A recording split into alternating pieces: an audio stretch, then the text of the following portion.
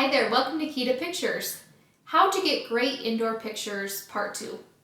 So remember in part 1 we talked about the biggest problem of getting great indoor shots is that you don't have enough light, and that makes it so you don't have a fast enough shutter speed, which causes a blurry picture.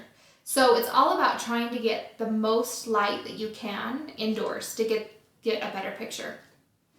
So in addition to opening your aperture all the way to bring in light and increasing your ISO, I have a few more ideas to bring in more light when you're taking pictures indoors. The first one is, and this may seem obvious to so many people, but the first one is to open your blinds all the way. So not just, turning the pull to open the slats, but actually pulling your blinds all the way up, because that's going to really flood in a lot more lights than just turning the slats open. Obviously, if you have curtains, then pull your curtains back. It may just seem like a small thing, but it really does bring in more light to give you that faster shutter speed.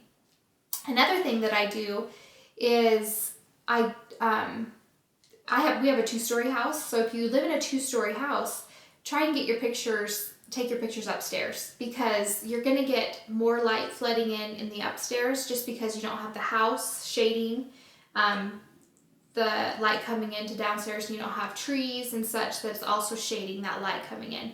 So if you take pictures upstairs, typically you have a little bit more light flooding into your house. The other thing, and this may seem obvious too, but if you can, get your subject closer to a window. When you do bring them closer, you're obviously going to have more light shining on them, and so that is going to get you a faster shutter speed because you have more light coming in. And then the fourth and final thing that I have found that's very helpful for bringing in more light is to use white. Meaning, if you have a white bedspread, I have a white bedspread on our bed, and I oftentimes will put my kids on the bed to take pictures there, because that white just illuminates and magnifies any of the light that's already coming into the room. It makes it even brighter, and which gives me a faster shutter speed. Or even, if you have a white wall, then shoot around that white wall, because that's going to reflect more light and bounce the light back on your subject. So if you can find these things that are going to bring in more light when you're inside, that's going to help you take better indoor pictures to increase that shutter speed and get you those sharp, crisp pictures that you want. And of course, I want to leave you with a quote. So this quote, I can't find who actually said it, but I completely agree.